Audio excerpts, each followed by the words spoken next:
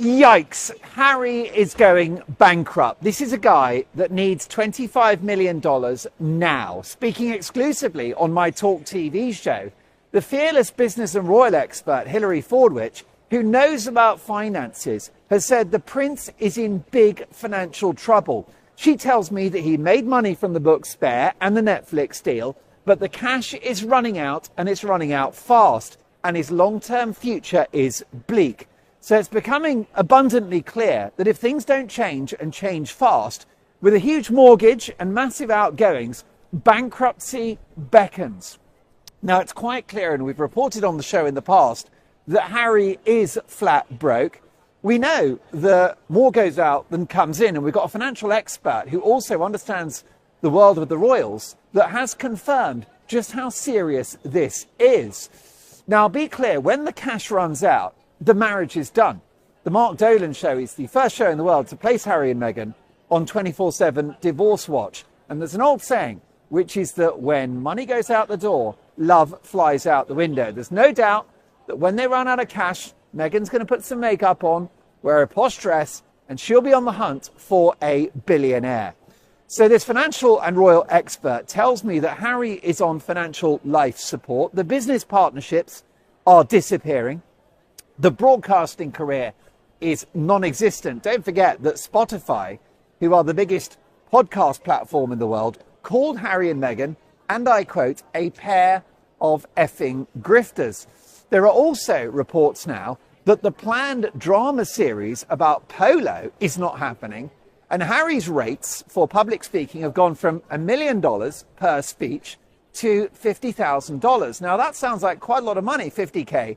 You and I would take that all day long, but Hilary Fordwich tells me this is a pathetic amount of money for the son of the King of the United Kingdom, and it's less than many business authors can get who have a fraction of Harry's profile. So let's go through the details. You may be wondering why I'm dressed in such a casual manner today. Well, let me tell you that it's a public holiday in the United Kingdom.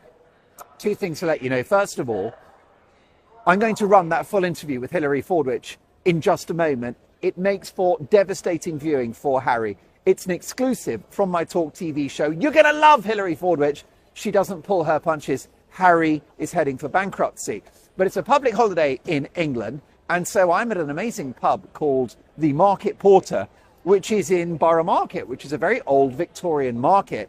And I therefore decide it's a public holiday. Let's dress a little casual, and also let's have a beautiful beer. And this is English ale, which I'm delighted to say is brewed only a few miles from this public house. And it's Harry, who I've got to tell you is going to be drowning his sorrows, right? This is a guy that's really, really in trouble. So their net worth was considered at its peak to be $60 million. That was after the Spare book, the Netflix deal, and Harry's inheritances. Well, it's our understanding, and I've spoken to a financial expert who knows about the world of accountancy and managing finances, who has said that that figure now is more likely to be $35 million. So there is a $25 million shortfall. Harry needs $25 million like yesterday, because once that figure drops and it goes to 65 to 35, and all the taxes in California, their enormous outgoings, eventually he runs out of cash altogether. So what happened to his role at the mental health startup Better Up? Do you remember that? This was going to be the big thing. By the way, would you take advice on mental health from Harry?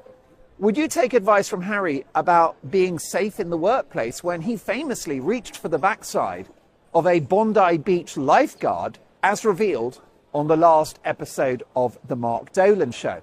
But remember what we heard about Better Up? Oh yeah, working with Better Up, man. And we're going to talk about mental health because I'm such an expert on that. I mean, that's like the blind leading the blind, isn't it?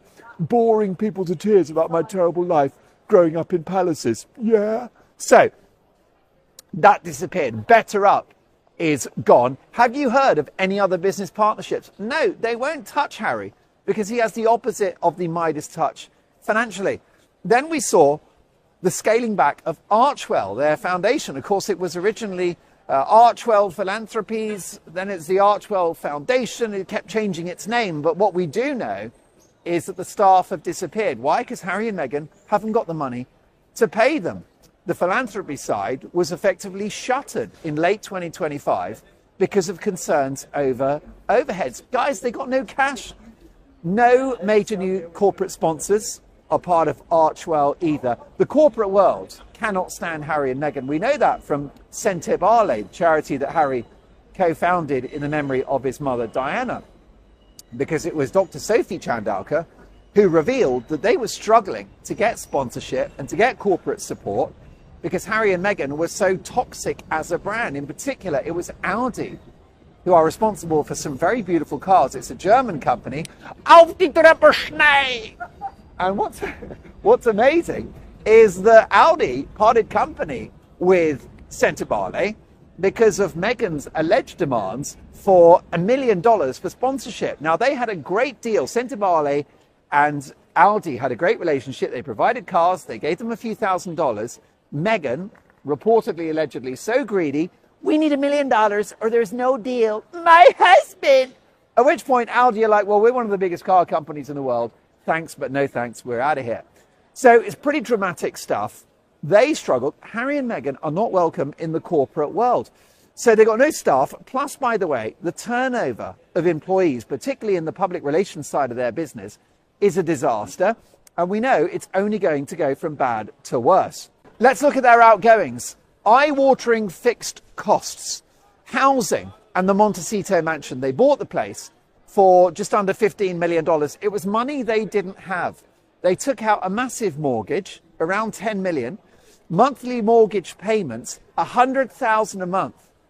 Which, yes, they've got a few million in the bank, but you're going to feel that, $100,000 a month. Annual property taxes, $280,000. Maintenance for the 9-bedroom, 16-bathroom estate, the pool, the tennis courts, the Kai pond, the grounds. Because don't forget, Meghan's not doing that gardening. Oh, my husband. It's amazing on my TV show, With Love, Meghan. It was very incredible how I managed to collect all of the vegetables from my garden and all of the fruit. They were incredibly clean and everything was in season on the same day, which is totally how nature works. My husband. So, you've got 10 to 15 staff, including housekeepers, chefs, groundkeepers, security guards. And by the way, I say chefs because Meghan doesn't cook. Have you seen her TV show? A total klutz in the kitchen. She's a klutz in the kitchen, what am I gonna do? She's a klutz in the kitchen, what am I gonna do? So, staffing costs, security, mortgage.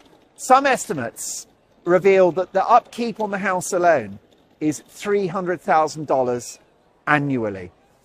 There is the security. They, as we know, very famously pay for it for themselves. That is 24/7. You're looking at anywhere from $4 to $5 million. Non-negotiable, given that they're very famous celebrities. Nannies, staff to look after the children, the cost of education, private school, the PR people, legal retainers. They're burning through cash, folks. They are in big trouble. No wonder Harry is going to join me in the pub and sink a few beers. By the way, I would love to be drinking Budweiser because I am a very big fan of Budweiser. I believe it's the king of beers. Cheers to you. Budweiser is the king of beers. We know that because it says king of beers on every can and on every bottle. But they don't have Budweiser here, so I'm having this lovely English ale, which is brewed just a few miles from where we are standing. Then you've got the legal bills, right? The legal boys are worrying. Nothing means to us. Legal bills. There's a song called The Legal Boys. Your homework today is to listen to a song called Legal Boys, which is a collaboration between Tim Rice, the lyricist, and Elton John. Multiple UK lawsuits have racked up enormous fees. So Harry got a payout from the Sun newspaper, no problem. But the ongoing litigation is a constant drain. So don't forget that he had an aborted effort to sue the Mail on Sunday a couple of years ago, and he ended that, which meant he had to cover his own costs and that of the Daily Mail, $1.5 million. If he loses his vindictive and needless court case against the Daily Mail that he's currently running, let me tell you, he could be on the hook for $5 million. It's money he hasn't got. Elton John can afford it. Elton John is also suing the Daily Mail. Elton John when Elton John passes, when he dies, he'll be a billionaire. His net worth at the moment is comfortably $750 million, $800 million. Elton is dripping in cash. Elton is so rich he can barely stand up straight. He is crazy rich. He's weighed down with dollars. Okay, he can barely breathe. He's so wealthy because of a back catalogue of hits, the like of which the world has never seen. So EJ is going to be fine. And the cost of that case, if they lose, is a small change.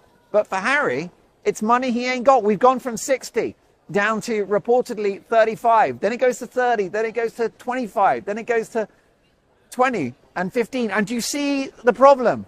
And bankruptcy beckons because Harry's a young man. He's only in his 40s. I don't know how old Meghan is. Some of you think she's 50, 55. Let me know in the comments. How old is Meghan? My husband.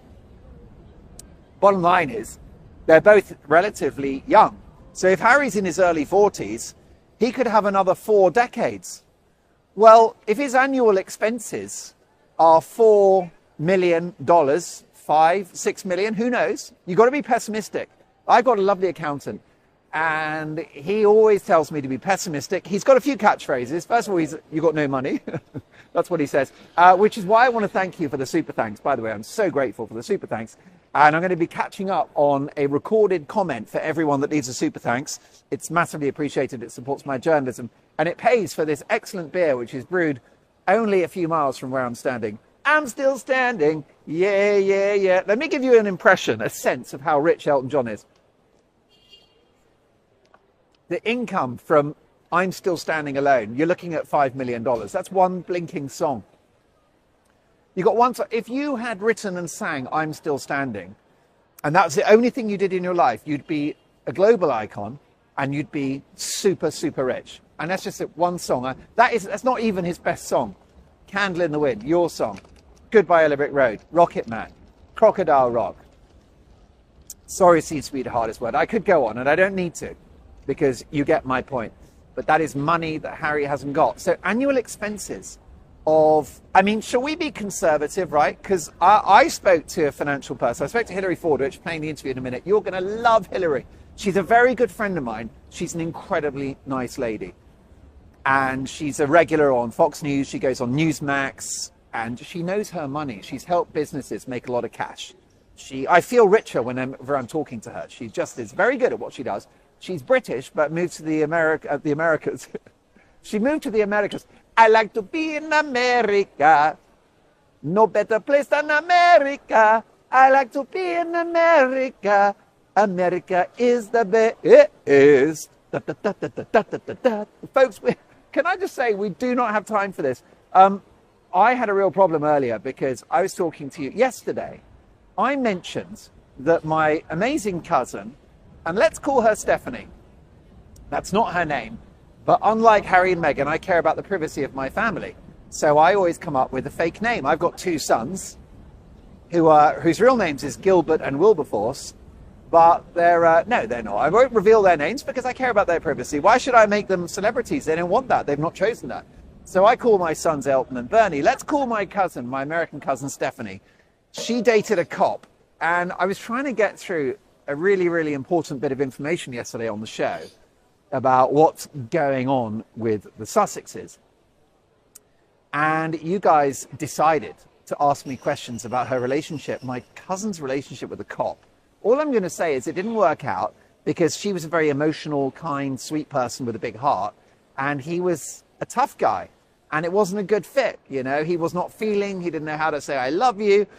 And we got caught up. I'm trying to drop some royal truth bombs. You've got millions of questions about my lovely cousin and the cop that she dated. It didn't work. He was attractive. Of course he was. So, ladies, you know what I'm talking about. You can have some fun with a gentleman for a while. You can knock yourself out. But you know it's not for keeps. This is just going to be a little detour on the road of life. Anyway, the bottom line is that the big story there was that she had a waterbed, which I found surprisingly stiff. It was like hard. It was a hard waterbed. The other problem with the waterbed, full disclosure, it was from Australia and there was actually a shark in the waterbed. And no, but I was reassured that there was thick plastic to protect, but I didn't get a wink of sleep. worrying about the shark whose name was Bruno. Folks, we need to crack on. So, Harry's costs, right? He's in his early 40s. And if you got, so, you know, I spoke to a financial expert alongside Hillary. And my accountant always says, cash is king. And you've got to live within your means. And he also said, always be pessimistic about your finances. And I think that's totally true. Well, what we can look at is, I spoke to a financial expert as well as Hillary, who told me that Harry's outgoings, you're looking at $4, $5, $6 million a year. Well, if he's in his early 40s, and let's hope that he lives for a long time, because I've got no ill will against Harry, then that's 4 decades. Well, that would be every 10 years, 40, let's say, shall we say conservatively, his outgoings are $4 million a year. Over 10 years, that's $40 million. And over 4 decades, it's $160 million. And he's down to 35. Do the math. Auf die Treppe schnell. Think about it. If it's $4 million a year, and he's only in his early 40s, what is he, 41? And he lives to 80. And by the way, he won't live to 80 because he's a Mountbatten Windsor and they've got amazing genetics. Have you noticed how they carry on for many years? Both lovely Elizabeth and the Queen Mother back in the day. And of course, Philip lived into their 90s.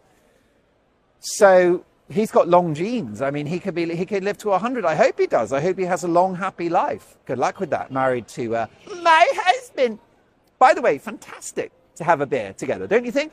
It's a national holiday in the UK. We call that a bank holiday. I don't know why it's a bank holiday. I should have looked it up. I think it's because the banks are closed. Who knows? But it's a national holiday. And I'm drinking this great beer, which is brewed just a few miles from where I'm standing. I'm still standing. Yeah. If you'd written I'm still standing, you've got 5 million in the bank from one song. You would be an icon. People were like, oh, have you met Steve? He wrote I'm Still Standing. That's just literally a footnote in Elton John's career. A footnote. It's quite, I'm actually shocked, really. So, but I'm more shocked about Harry's finances. Bankruptcy beckons. I say that with no pleasure at all. It's very, very sad. And let's have a look at some of the inheritance. So the Diana inheritance. He picked up about $13 million. By the way, let me know in the comments, what would Diana make of Harry now?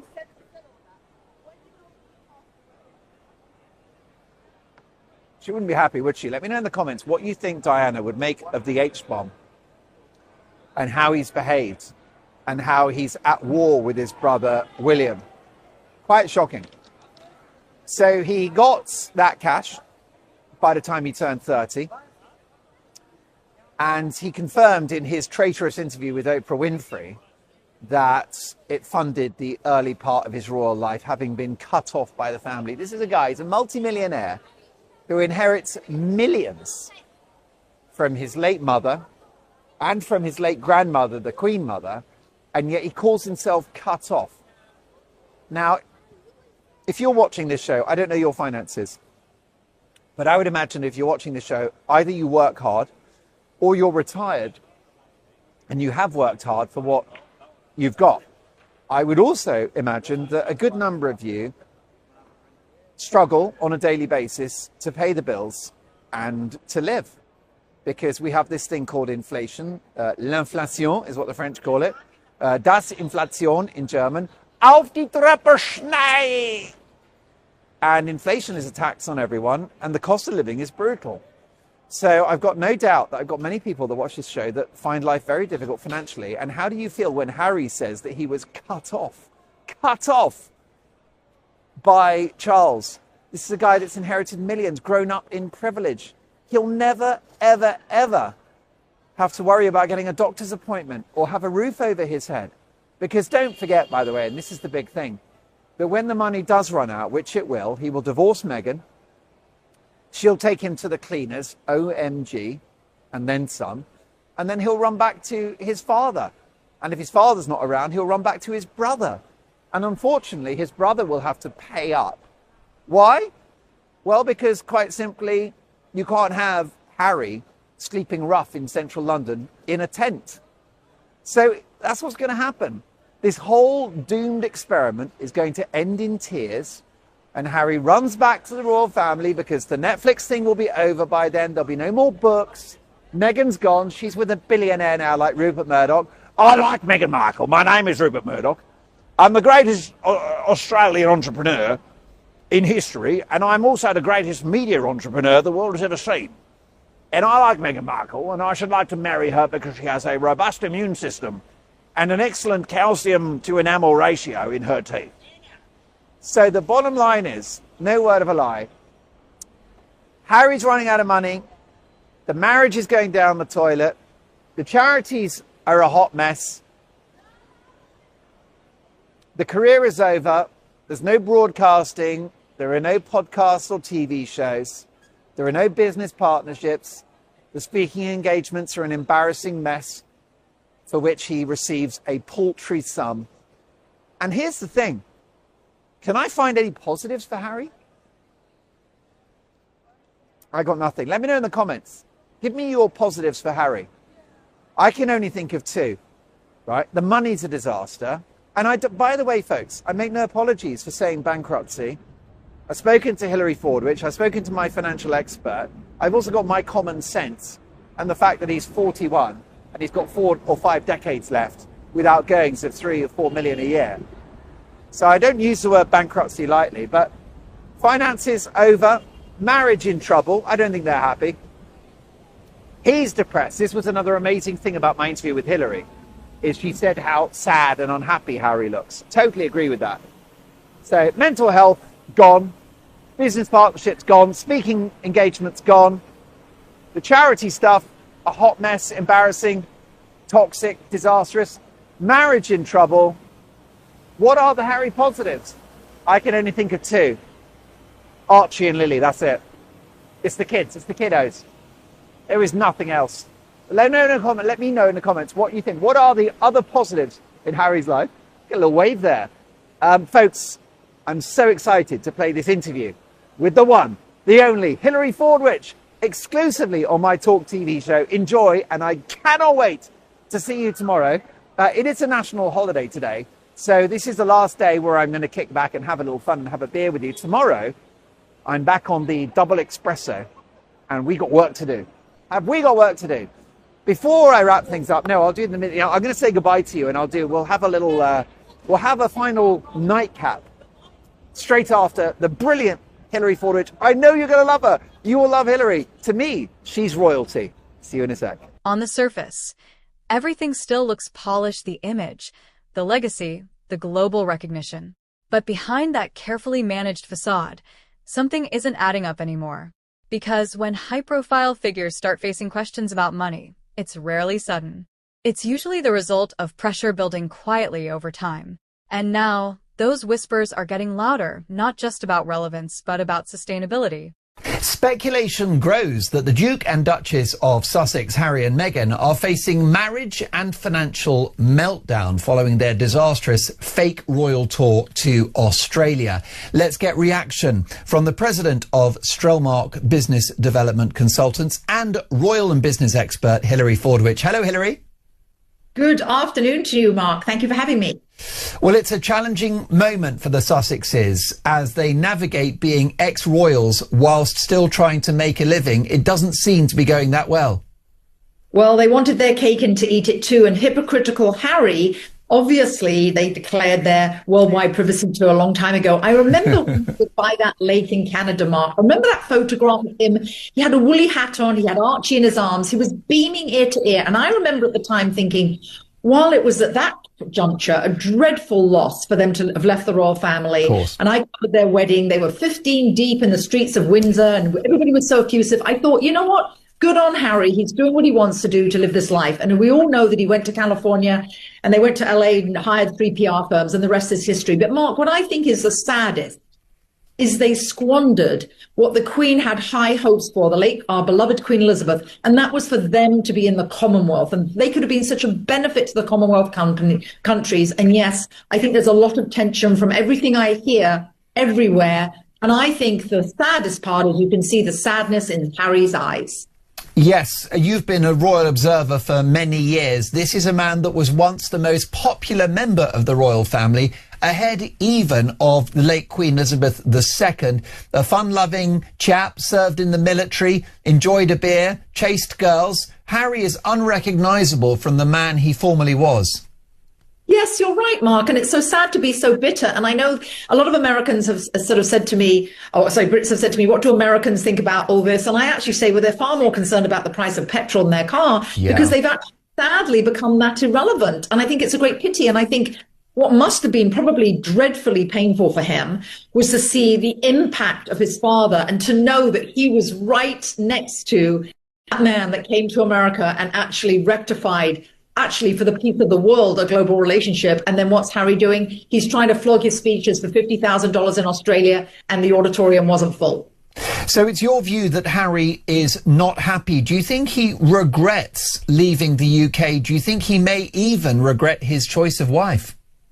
Well, you know, it's not for anybody to really try to speculate on anybody else's feelings, but if I could extrapolate, I left England as a girl and I still miss England and I still miss my friends, and I didn't have anywhere near the high life and the prominence and the rich life that he did. So I can only extrapolate and say, yes, I have never met, actually interesting, Mark, I've never met a Brit-born person here in America that doesn't miss England, Ireland, Scotland or Wales or wherever they're from. Everybody verbalizes that they miss it. So now I'll extrapolate and say, I'm sure that he does, let alone his friends. And remember, there was that video cam from the doorbell, the ring on the doorbells, him wandering around, I think it was Belgravia or Mayfair, ringing on the doorbells of Very old friends. strange. How pitiful was that? Well, indeed, I was very confused. I thought he was looking for his dealer. But of course, don't forget, that was only a one-year window in his life when he was on the mind-altering substances.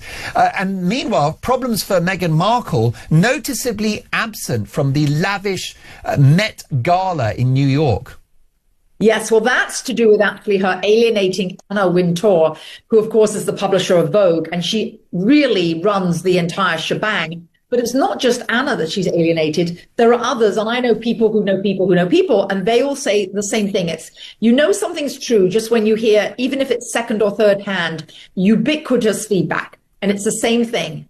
She's viewed as a landmine. Nobody knows when she's going to go off. If you bump into she's going to go off when. And that, I heard, not those exact words, but I heard about, like it's just literal words like, it's too high risk. I think the word probably I heard the most was risk. It's just too high risk. People don't know what she's going to do, how she's going to use them, and then get dumped. And it's just, people just find it high risk. That's the bottom line.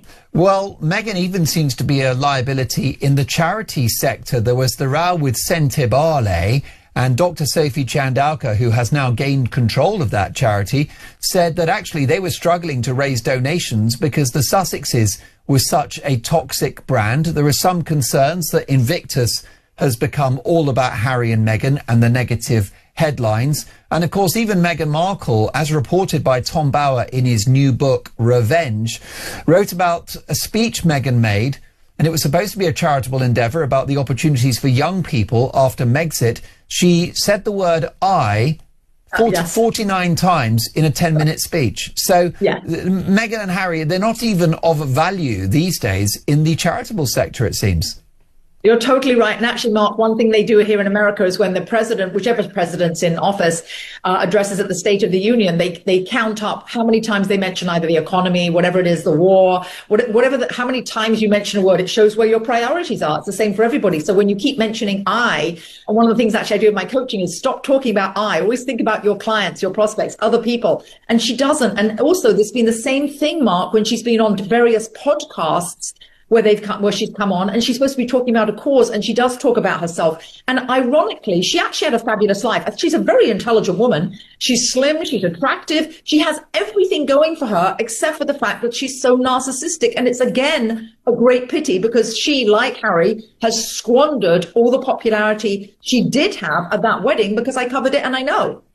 And Hilary, you're the president of Strollmark Business Development Consultants. You're a regular on Fox News and Newsmax. You speak about royal issues, geopolitics, and of course, you talk about business and commerce. What's your appraisal of the Sussex business model as it stands?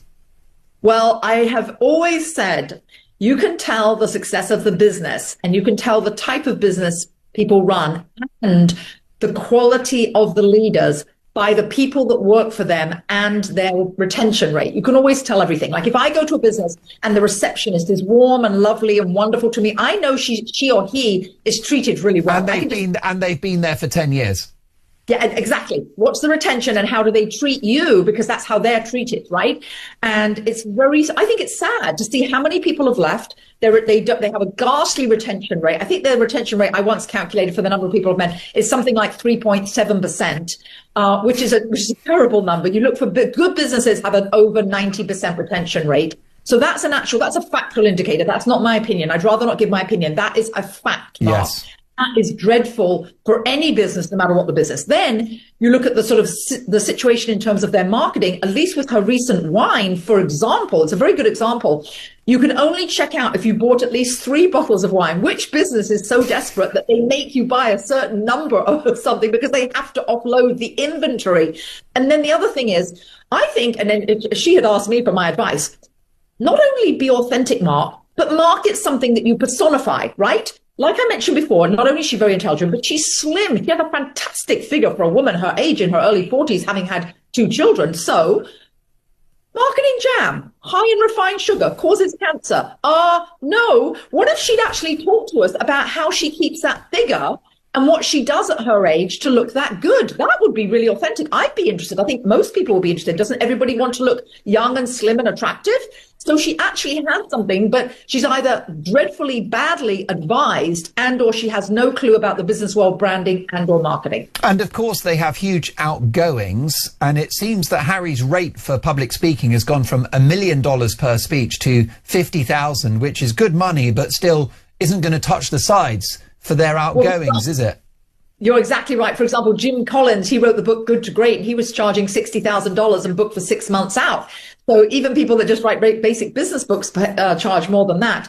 I just find it sad because he had so much going for him. And what was pitiful, obviously, about Australia was the criticism for monetizing everything. The worst thing that came out of that was, of course, Meghan Markle marketing her clothes at Bondi Beach, the site of a massacre. And when Harry's hypocritical, on the one hand, he's literally, I do think it does come from his heart. I think it comes from his heart that he wants to restrict social media for his children. That's very good. A lot of parents want that. But then they're using social media to market Meghan's business. So it's too hypocritical, Mark. That's the issue. You're so right. And of course, I think that it's my understanding that Harry is not happy about Archie and Lily featuring on Instagram every 10 seconds, but Meghan does it because what Meghan wants, Meghan gets. Could the couple run out of money, Hillary? Oh, at their run rate, absolutely, Mark. They've got that 16-bedroom mansion in Montecito, which, by the way, when they're hopscotching around the world, they could have put it on Airbnb. They could have got, actually, I think, in quotes, a royal number for that one. But they're probably not that desperate. But very seriously, with the security that they need, that run rate, plus the taxes in California, goodness gracious, they've rocketed through money. Although, of course, Spare was one of the best-selling books in history. So he did make a pretty penny from that. And they have got money, but I think, yes, their run rate is very high, and it's not going to be long. Well, I just think if it was Dragon's Den, or what do they call it, Shark Tank in America, you wouldn't be investing in that brand. Yes, they've got a few quid in the bank, but I don't know about their long-term prospects financially, Hillary. That's the problem, isn't it? And I think the problem, actually, that's the royal family's problem, because the problem is what would make the most money. We all know what would make the most money, which is why Netflix was probably interested in them in the first place. It's for throwing their family under the proverbial royal bus yet again. Goodness knows what they could come out with again. And that's one of the great fears at least I always hear from those who know people at the royal family. Hillary, it's always a deep privilege